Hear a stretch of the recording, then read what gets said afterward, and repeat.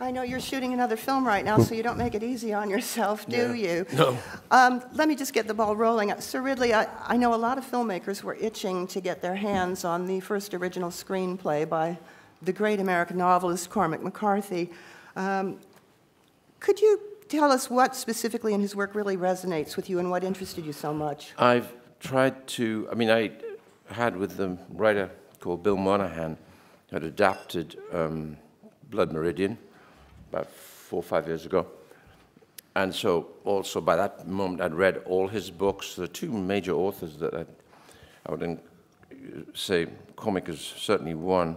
There's another South African author called Coetzee. You know, anyone know Coetzee? Yeah? Yes or no? Yes. So, and I love they both write, and certainly Cormac writes about truisms. It's relentlessly accurate and relentlessly unforgiving, which for the most part is how life is. Is that incredibly serious? What time is the morning? Don't worry, it's not going to go all this way, okay? So I've got a light side to me. So, and you have to be to take on a Cormac McCarthy story because it is pretty relentless and unforgiving at the end. So Blood Meridian, you can't suddenly apologize for all the violence. You can't really explain the violence other than what it is historically at that time, how people were, how tribal the tribes were, and how tribal the Americans were. So fundamentally, these groups of people are tearing each other apart, and there is no explanation for that other than just watch it and see. Now, so this one came up, and they called me. There was no cue, by the way. I was just asked if I wanted to do it, so it was that simple, just to be egotistical for a moment, okay? And they asked, Nick Wexler called me up as an old friend of mine who's a producer with Steve, and they'd adapted this with Cormac. Cormac hadn't written a screenplay, he'd written what essentially was a novella of pages, which didn't have scene 1, scene 2. And so I read what was essentially the screenplay, almost in novella form. I read like a book. So I think it was a Friday, and I called up immediately in America by 4 o'clock and said, where the hell is he? I want to meet him. And I flew to Albuquerque, met him on the Monday, and by Monday afternoon we'd shaken on it, which is that simple. We just shook, and that was the deal. But again, to describe what I feel about his writing, which is what is most fascinating, most challenging about what he does, he constantly has this talent of making you feel uncomfortable and uneasy, and yet you must read on. Uncomfortable for sure. Oh, yeah. Javier, you seem to have no fear of the dark places and the dangerous hairstyles. You make Reiner a lot of fun to watch. He has there's some wonderful humor in this, but did all of the philosophical questions you're tackling, did that get to you? Yeah, very much. When I first read it, I was doing Skyfall, and when I first read it, I was shocked by the quality of the material in the sense that for any actor to have this opportunity to work with those dialogues and those long, very well put together scenes, it's a gift. So I was immediately drawn into it. And these images of the way he would look like came to me very easily because, I don't know, I saw him like a victim. I saw him like more of a person who is a pretender. He's always pretending to be somebody that he's not and selling the world an idea of himself, of how he would like to be. And that should be implied in everything, in the way he dresses, in the way he looks like, in the way he talks, in the way. And I talked to Ridley, and we both agree on that, and we went that direction. Thank you. Now, could you just wait for the mic? Thank you. Hello, Javier. How did you build the look of your character? How did I what? How did you create the look of the character? We talked about it, and it came as an option, and we work on the option, and we look at ourselves and said, okay, why not? I mean, you never know if it's going to work or not, but at least you try. I think the most important thing is that it makes sense dramatically. In other words, that is based on the material. Because I read Reiner, and I was lucky that really also saw Reiner in that direction. What's that direction? Well, a nightclub owner who owns restaurants and bars, and he's having this bigger-than-life lifestyle. So that should be implying the looks, and we tried that direction, and it could have been something else, but we just tried that one. Yes, ma'am. Thank you. There is an amazing cast in this movie, and the performance between these, Javier and Michael, or Javier with Cameron, all moment is very, very amazing. So, literally, how did you choose this circle of, your favorite actors together? Is casting process very easy or difficult for you? No, after a while, experience does count a lot. I think after a while, as I'm reading a piece of material, because most of my life is spent developing material, good material never lands on your desk, full stop, never. In 35 years of filmmaking, I've never had a good script land on my desk, other than the ones that I've developed and evolved. This is the first, landed on my desk, and it wasn't quite a script, it was more of a written, prosaic description and terrific dialogue. This dialogue is marvelous. And so I'd,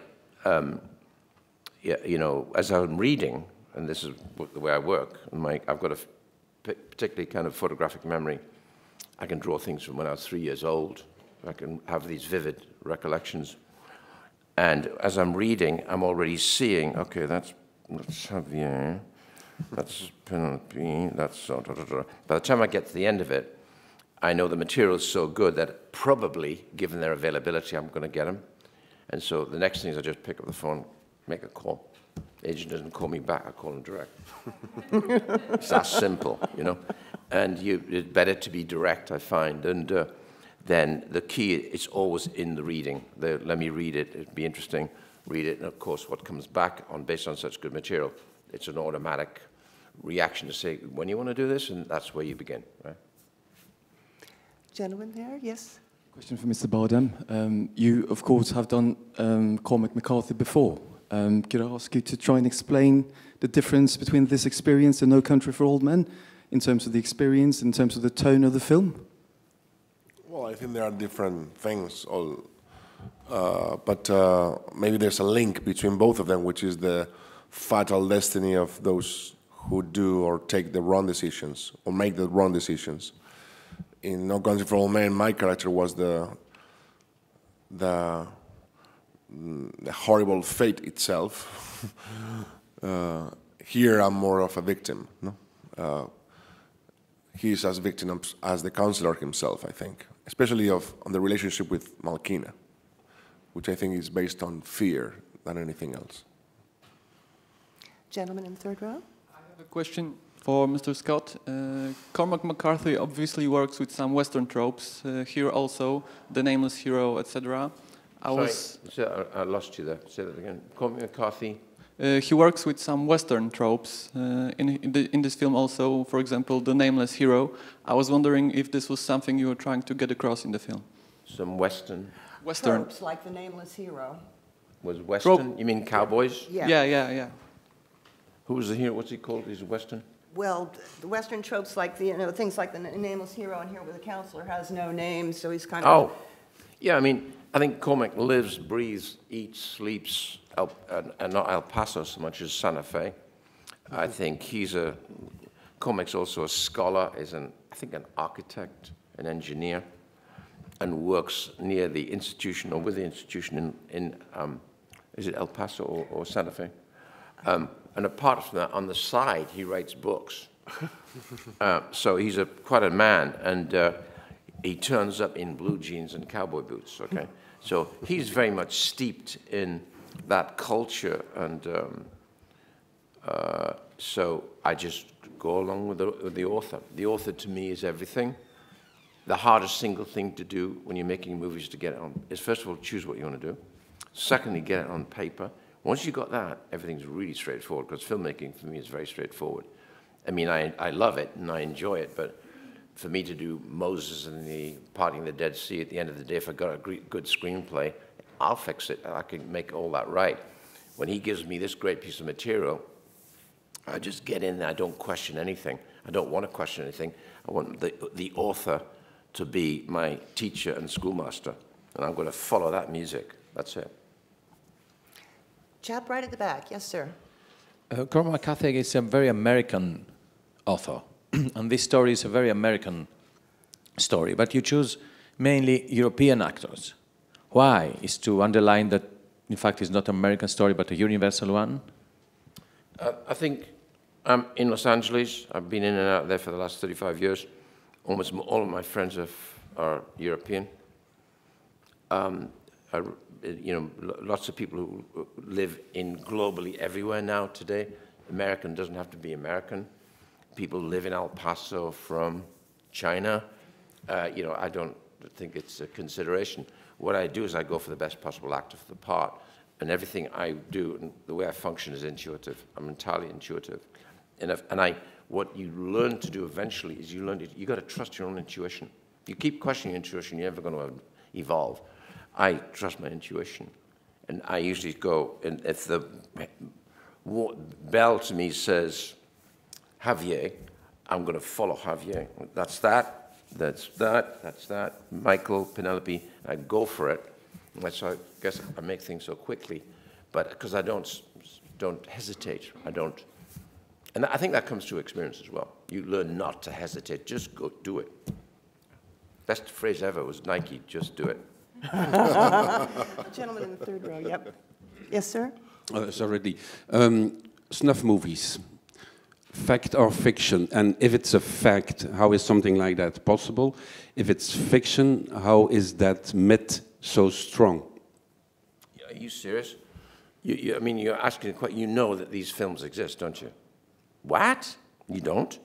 The number of deaths on a yearly basis in New Mexico, on the basis of what was described in the movie, that's not fiction, that's fact.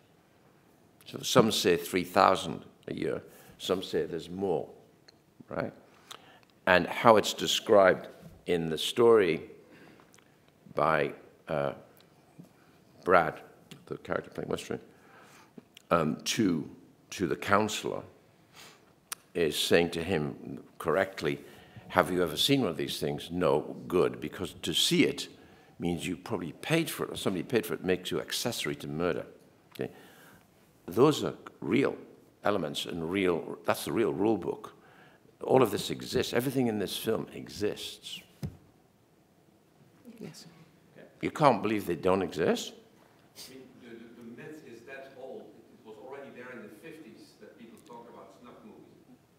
Today, it's even a bigger business than ever. A question for Mr. Bardem. In the movie, there is also, here we are.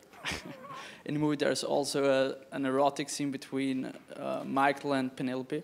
How hard is it for you as an actor and also as the husband when Penelope does such scenes, especially when you're on the set too? I wasn't on the set. I wasn't there. I'm an actor. She's an actress. We understand this That's job. a really bad question, if I might say so. Bad question. It's a bad question? Yeah, it's ridiculous. He's an actor. Sorry, it's a bad question, don't you think? Yes. Thank you. Who's next? Sorry. Okay.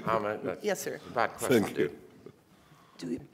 To Javier, do you consider that an actor is like a chameleon? Is what, sorry? Like a chameleon. No, I mean, an actor is many things. An actor can, I mean, I don't know. It depends on the roles. There are so many great actors that there is no one way of being an actor. There are many ways of being actors, and some are really chameleons, as you said, like it's hard to recognize from one role to the other. Some others are not.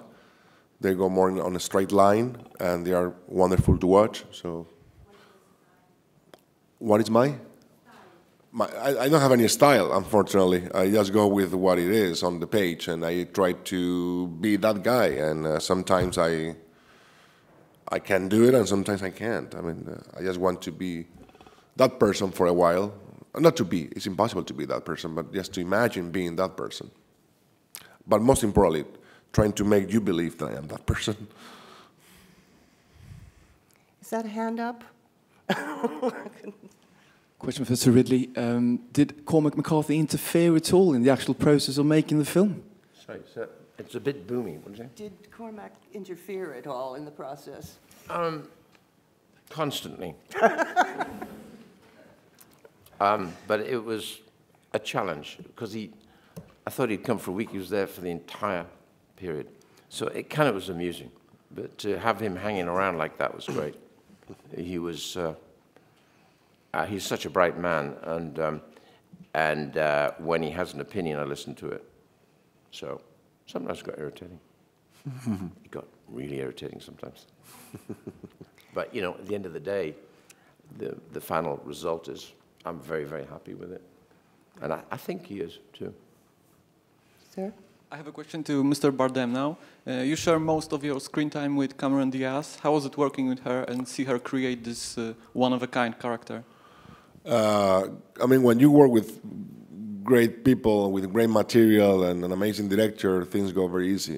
It's, as you said, you go there and proceed, and things evolve naturally. It was easy and fun, and I think, as you're right, I think she does an amazing job with a role that maybe we haven't seen her doing so often, and it's a challenging role for any actress, and I guess she was very well protected by Mr. Scott, in the sense that it's a leap of faith that we all had to do, and we did, and he took very good care of us. So I don't know, I haven't talked to her, but I'm sure she should be very proud of what she's done.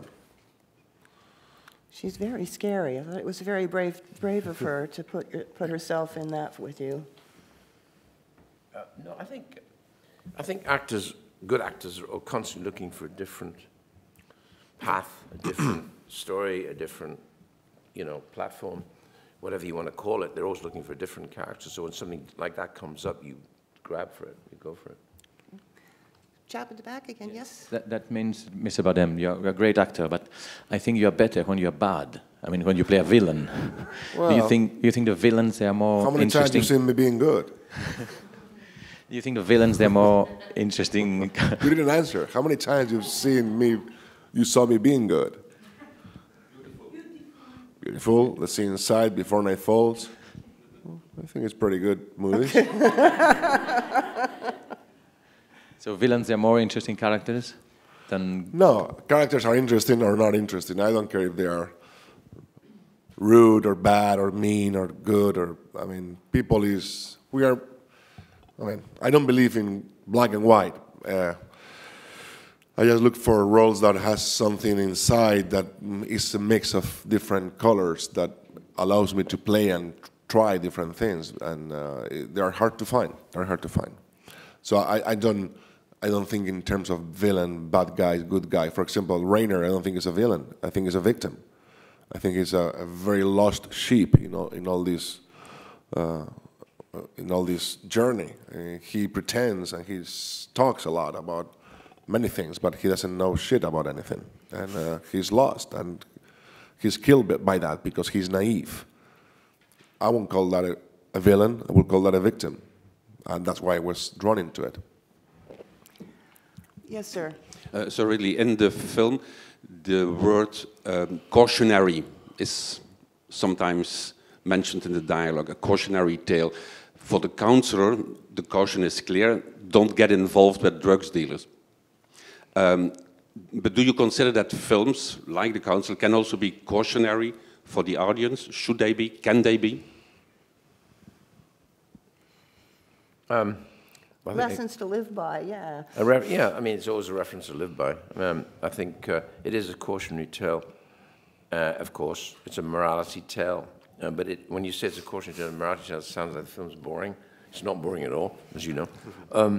I think, but the subtext, the bottom line, it is that. And I think what's really, really clever about it is that if each character is standing on a different platform or plate, the plates, like a marvelous engine, are constantly moving. They're a bit like the plates of an earthquake, I think. You know, and eventually they bump against each other or go underneath each other and grind, and you wonder at what moment the volcano is going to happen. And I think what's really clever about the structure is it keeps you very interested, wondering, A, what the outcome's going to be, who, if there is going to be that, who is the victim, and who is the sufferer. You don't know who that's going to be. I think that's what's great about the structure and about these great characters, because they don't really start to come together till quite late.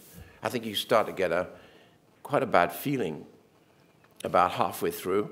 I think it begins where Westra meets with the counselor and says, this guy, this motorcyclist, and he said, the motorcyclist? He said, the motorcyclist. He's been arrested. You got this man off the hook with because his mother asked you to in jail. He said, yeah, but I had nothing to do with that. Right there, it focuses right down on how things are now going to, the wheel starts to turn right there. And I think that's what's clever about it. It's great. It's a good play. It's a very good play, I think. Yeah. It's a great play. So Ridley, I'd like to ask you about Exodus, because about Exodus, the film you're making now. The slogan for this film, for the council, is sin as a choice, which is a biblical concept, the concept of sin. So why is it important for you at this point in your career to explore those biblical fundamental questions? I want to do a musical. I want to do a Western. I want to do, I mean, there's lots of things I want to do. I want to do a pirate movie. And I think the key is to keep moving. So an old friend of mine used to say, I'll get this right, he used to say, art's like the shark. If it doesn't keep swimming, it drowns, it dies, okay? So, and if you want to attach the word art to filmmaking, which is very dangerous, but in filmmaking, there is a lot of art at the high level, right? A lot of artistic choices and decisions. And I'm not just talking about screenplay, acting, directing. I'm talking about costume, set building, cameraman. Oh, there's art every which way you look at this. So I like to change my theatre as often as I can.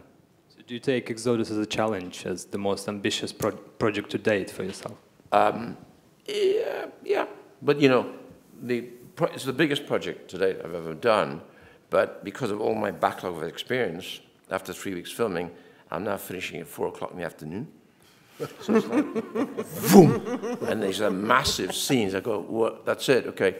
And then they try and move the schedule in, and I say, no, I'm doing a 21-week film in 15 weeks. And we'll get through it, Wow. That's experience. You know why Nadal is better than anyone else? He practices more than anyone else. So I practice a lot. So it's a bit like being a sportsman, actually. You do a lot, you work a lot. I think, hopefully you get better, but you certainly learn to get more decisive and clear. So you can spot the problems or whatever they may be, and you can cut straight through it, mostly. Redemption, make it a good one, young man. I'm trying my best. A question for Sir Ridley. Which was the most difficult scene for you to direct? In the council. With this group, none. All the scenes were, I think I got the rare opportunity to rehearse properly on this one, because mostly right now doing I nearly said The Exorcist, Exodus, some of the time the film is so big and the cast is so big and certain people aren't available. I'm very often walking on a set in the morning, somebody's coming in Egyptian gear, and I'm saying, hi, how you doing, dude? We're going to do this now. No rehearsal at all. You can only do that if you're really experienced with a very experienced actor, right? And then they kind of enjoy it, because you're really literally walking a tightrope, you know? But to go back to your question, it was great because the play is so contained. The real rehearsal is not in a big room walking around saying, action, darlings, and people walking around doing that scene, sitting around a table talking with the key players of each scene, because everything's timetabled into, if there's 19 scenes with Javier, that'll be 19 scenes with the different players, that'll be scheduled. We'll sit at the table, and what I've learned to do over the years, because everyone evolves in their own way as to how you deal, as how you act, how you teach yourself what you're going to do. Everyone teaches, and the good ones always are teaching themselves what and how they're going to do. It doesn't matter how much chat you had with me. He's going to go away and really think about it, come back to me, and hopefully surprise me, because what I love to be is surprised. Mm-hmm. So these talks are essence, are everything, because then immediately the actor starts talking in depth about who they are, not me telling them telling me who they are. My job is to keep them on target of the overall structure. But actually, when I start coming in with new things and new thoughts, it's great. And those are the most enjoyable things sitting around the table. Once I've invested in that, I can walk on in 3 weeks' time to see you say, okay, what I thought was, and we walk through it, he's locked and loaded, and we just go, we just fly. Right? We have time for just one last question. Go ahead, sir. Well, I continue with that about the moving shark, etc. Yes, what's the status on Prometheus 2, and when do you know if the Vatican is going to turn into a series or not? The Vatican I made in Italy in January, February, March. The Vatican was a very nicely written piece by Paul Antanasio, which is a pilot for Showtime. Aye. And I don't know. They're still indecisive. And there's a marvelous Pope in that called Bruno Ganz. He's fantastic. Oh, yes. Playing the Pope, who happens to be playing a Bavarian character in that as well. Because I was in there for a week and the Pope resigned, so they thought it was us, but it wasn't. Then Exodus is being written Prometheus is being written right now, number 2. And on that note, thank you very much, ladies and gentlemen. Thank you for your time, gentlemen.